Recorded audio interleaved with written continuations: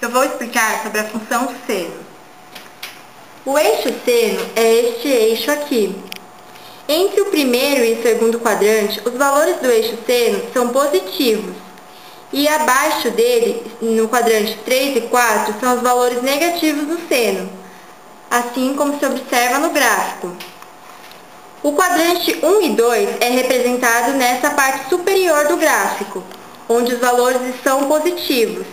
E os valores do quadrante 3 e 4 são representados nessa parte inferior do gráfico, onde ficam os valores negativos.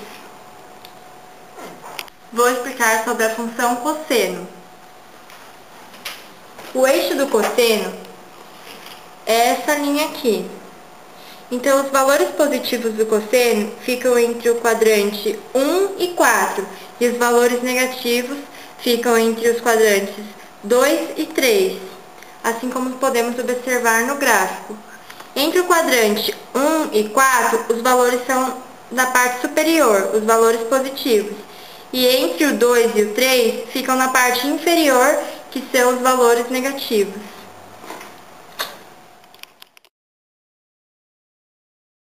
Função tangente. Para colocar os valores da tangente em um gráfico, é preciso analisar os quadrantes da seguinte forma. O primeiro e o segundo formam um ângulo de 90 graus. Neste ângulo, os valores serão positivos a infinitos. O círculo trigonométrico tem 360 graus. Subtraindo esses 90 graus, ficam 270, onde estão os valores negativos infinitos.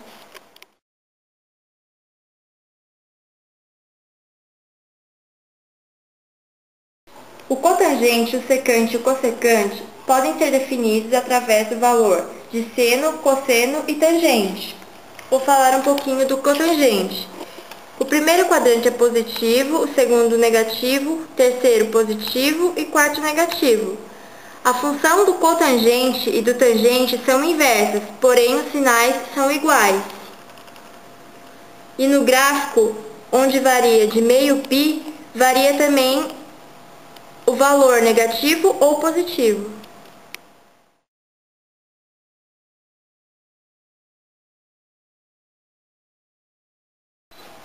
A função secante é a inversa da função cosseno, porém os sinais dos quadrantes são os mesmos.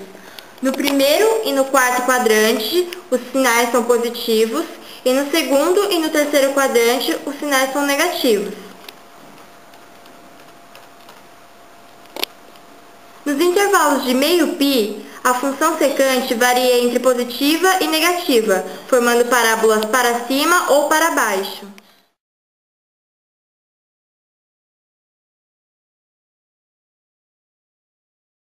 A função cossecante é a inversa da função seno, com os sinais nos quadrantes iguais. No primeiro e no segundo são positivos, no terceiro e no quarto negativos.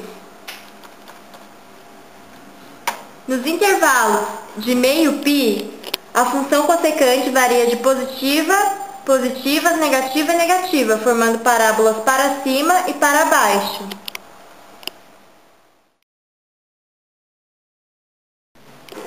Vou explicar sobre a função tangente.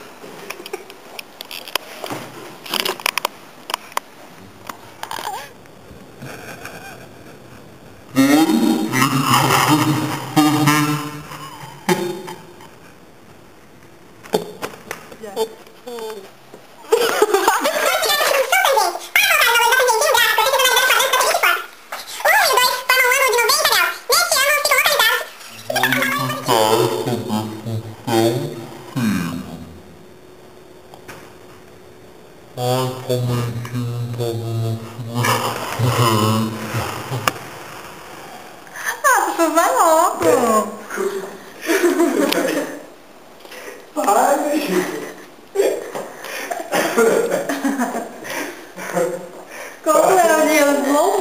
A função secante é a inversa da função cosseno, porém os sinais nos quadrantes são iguais.